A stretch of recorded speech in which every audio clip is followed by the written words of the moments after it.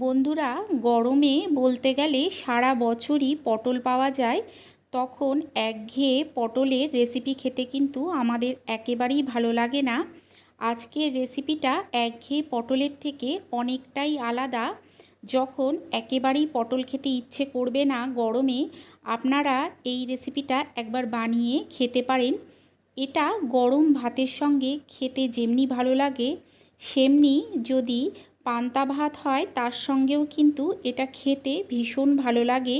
আর এটা যে শুধু ভাত দিয়েই খেতে ভালো লাগে এমনটা নয়, এটা রুটি দিয়েও খেতে কিন্তু ভীষণ ভালো লাগে। একেবারে আলাদা রকমের একটা রেসিপি। এই রেসিপিটা বড়রা তো ভীষণ পছন্দ করবে, বাচ্চারাও পছন্দ করে খাবে।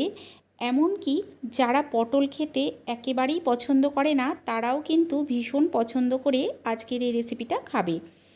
এই রেসিপিটার জন্য আমি এখানে পেঁয়াজ নিয়ে নিয়েছি। পেঁয়াজটাকে একদম কুচি কুচি করে কেটে নিতে হবে। আমি একটা বড় সাইজের পেঁয়াজ নিয়েছি আর একটা ছোট সাইজের পেঁয়াজ, দুটোকেই কেটে নেব। এখানে দেখুন, বড় সাইজের আর ছোট সাইজের দুটো পেঁয়াজকে একেবারে মিহি কুচি করে কেটে আমি এখানে রেখেছি। এখন অন্যদিকে দেখুন, আমি নিয়ে নিয়েছি পটল আর আলু। পটলের খোসাটাকে না ছাড়িয়ে ওপরের সবুজ অংশটা কিছুটা ছুলে নিয়েছি। ঘষে পরিষ্কার করে নিলেই হবে। আর আলুর মাঝখান থেকে ঠিক এইভাবে আমি কেটে নিয়েছি। এখন এই পটল আর আলুগুলোকে আমি এখানে একটা জায়গায় গরম জল বসিয়ে দিয়েছি, তার মধ্যে দিয়ে দিচ্ছি। সমস্ত পটল আর আলুটাকে দিয়ে আমি এতে অল্প একটু লবণ দিয়ে দেব। লবণ দিয়ে ঢাকা দিয়ে সেদ্ধ হতে দেব। তবে আপনারা চাইলে এটা কিন্তু প্রেশার কুকারেও সেদ্ধ করে নিতে পারেন। দেখুন, আমি এটা আপনাদের দেখিয়ে দিচ্ছি। সেদ্ধ হয়ে যাওয়ার পর আমি গ্যাসটা বন্ধ করে দিয়েছিলাম। এগুলো খুব ভালো মতো সেদ্ধ হয়ে গেছে। এখন সমস্ত পটলগুলোকে আর আলুগুলোকে আমি তুলে নেব। তুলে নিয়ে একটা বাটিতে নিয়ে এটাকে কিছুটা ঠান্ডা করে নিতে হবে।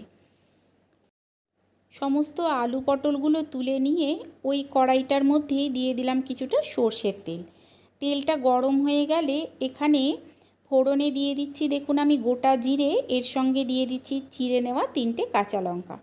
ফোড়নটাকে কয়েক সেকেন্ড ভেজে নিয়ে দিয়ে দিচ্ছি কেটে রাখা সমস্ত পেঁয়াজ আর লবণ। এর সঙ্গে দিয়ে দিচ্ছি অল্প হলুদ। লবণটা দিলে কি হয়, পেঁয়াজটা নরম হয়ে যায়। পেঁয়াজটা যতক্ষণ ভাজা হচ্ছে গ্যাসের ফ্লেমটা লোতে করে অন্যদিকে দেখুন আমি নিয়ে নিয়েছি সেদ্ধ করে রাখা পটলগুলো। এই পটলগুলোর মধ্যে প্রচুর পরিমাণে জল আছে, সেটাকে হাতের সাহায্যে ঠিক এইভাবে চিপে নিতে হবে। হাতের সাহায্যে চিপে নিয়ে সমস্ত পটলের জলটাকে বের করে নেব। আপনারা চাইলে পটলের মধ্যে বীজটাকেও বের করে নিতে পারেন। সমস্ত পটলগুলোর জলটাকে চিপে একটা বাটিতে নিয়ে দেখুন আমি পটলগুলোকে মেখে নিচ্ছি। পটল আর আলুটাকে মেখে নিতে হবে। তবে পটল আর আলুটা মাখার সময় লক্ষ্য রাখবেন একদম যেন নরম বা মিহি করে মাখা না হয়। পটল আর আলু দুটোই যেন একটু ছোট ছোট টুকরো করে মাখা হয়, সেইভাবে এই পুরো পটলটা আর আলুটাকে মেখে নিতে হবে। দেখুন সমস্ত পটলটা আর আলুটা আমি মেখে রেখেছি। এখন এটা সাইডে রেখে দিয়ে অন্যদিকে আমি দেখে নিচ্ছি যে পেঁয়াজটা কতটা ভাজা হয়েছে। পেঁয়াজটা কিন্তু একেবারেই লাল কড়া করে ভাজার প্রয়োজন নেই, হালকা নরম হলেই হবে। দেখুন পেঁয়াজটা হালকা নরম হয়ে চলে এসছে। এখন এতে দিয়ে দিচ্ছি হাফ চামচ জিরে গুঁড়ো। এর সঙ্গে দিয়ে দেব হাফ চামচ হলুদ গুঁড়ো আর দিয়ে দেব লঙ্কার গুঁড়ো। সঙ্গে দিয়ে দেব অল্প একটু জল যাতে মশলাটা না পুড়ে যায়।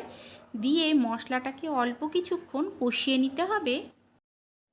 দেখুন গ্যাসের ফ্লেমটাকে লো টু মিডিয়ামে করে মশলাটাকে আমি অল্প কিছুক্ষণ কষিয়ে নিচ্ছি।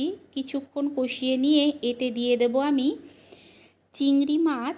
আমি এখানে চিংড়ি মাছ দিচ্ছি। চিংড়ি মাছগুলো যেহেতু একটু বড় ছিল, আমি ছোট ছোট টুকরো করে কেটে নিয়েছি। চিংড়ি মাছ যদি একদম ছোট হয় তখন টুকরো করে কাটার কিন্তু প্রয়োজন নেই।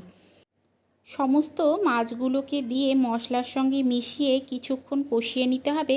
তবে চিংড়ি মাছ না থাকলে এটা চিংড়ি মাছ ছাড়াও কিন্তু খেতে ভালো লাগে। তবে ফোড়নে একটু রসুন ফোড়ন দিয়ে নেবেন। আর নামাবার আগে অল্প একটু গরম মশলার গুঁড়ো আর ঘি দেবেন, তাতেও কিন্তু খেতে ভালো লাগে। তবে চিংড়ি মাছ দিলে এর স্বাদটা কিন্তু একটু অন্য রকমের হয়। দেখুন দিয়ে দিলাম সমস্ত পটল আর আলু যেটা আমি মেখে রেখেছিলাম। বাটিটা ধুয়ে আরও কিছুটা জল আমি দিয়ে দেব। ভালো করে দেখুন মিশিয়ে নিলাম। মিশিয়ে নিয়ে এতে আমি এই সময় আরও কিছুটা জল দেব। খুব বেশি সময় ধরে কিন্তু এটাকে কষানোর প্রয়োজন নেই। দেখুন দিয়ে দিলাম জল। জলটা দিয়ে একবার ভালো করে মিশিয়ে নিতে হবে। দিয়ে স্বাদ অনুযায়ী লবণ দিয়ে আমি ঢাকা দিয়ে এটাকে কিছুক্ষণ হতে দেব। আপনারা যদি এতদূর রেসিপিটা দেখে থাকেন তাহলে অবশ্যই একটা লাইক করে দেবেন আর কমেন্ট করে জানাবেন যে কেমন লাগলো। আর আপনাদের চেনা পরিচিত মানুষের মধ্যে রেসিপিটাকে অবশ্যই শেয়ার করে দেবেন যাতে তারাও এইভাবে বানিয়ে খেতে পারে। আর চ্যানেলটাকে অবশ্যই সাবস্ক্রাইব করে দিয়ে পাশে থাকা বেল আইকনটা প্রেস করে দেবেন। তাতে কি হবে, যখন কোনো নতুন ভিডিও দেব সবার আগে আপনার কাছে পৌঁছে যাবে। আর ফেসবুক থেকে দেখলে চ্যানেলটাকে অবশ্যই ফলো করে নেবেন। কিছুক্ষণ ঢাকা দিয়ে হতে দিয়েছিলাম। কিছুক্ষণ পর ঢাকাটা তুলে একবার ভালো করে মিশিয়ে নিচ্ছি। এটা খেতে এতটাই সুন্দর হয়, আপনারা যতক্ষণ না নিজেরা বানিয়ে খাচ্ছেন ততক্ষণ কিন্তু আপনারা বুঝতে পারবেন না যে এটা খেতে কতটা সুন্দর হয়। দেখুন এখনও এতে অনেকটাই জল আছে। আমি গ্যাসের ফ্লেমটাকে মিডিয়ামে করে দেব। মিডিয়ামে করে এটাকে বেশ কিছুটা শুকনো শুকনো করে নিতে হবে। এটা কিন্তু একটু শুকনো শুকনোই খেতে ভালো লাগে। দেখুন তৈরি হয়ে গেছে এই রেসিপি। আপনারা এইভাবে বানিয়ে খাবেন, আশা করছি আপনাদেরও ভালো লাগবে। তাহলে চলুন আপনাদের সঙ্গে দেখা হচ্ছে আরও একটা নতুন ভিডিও নিয়ে।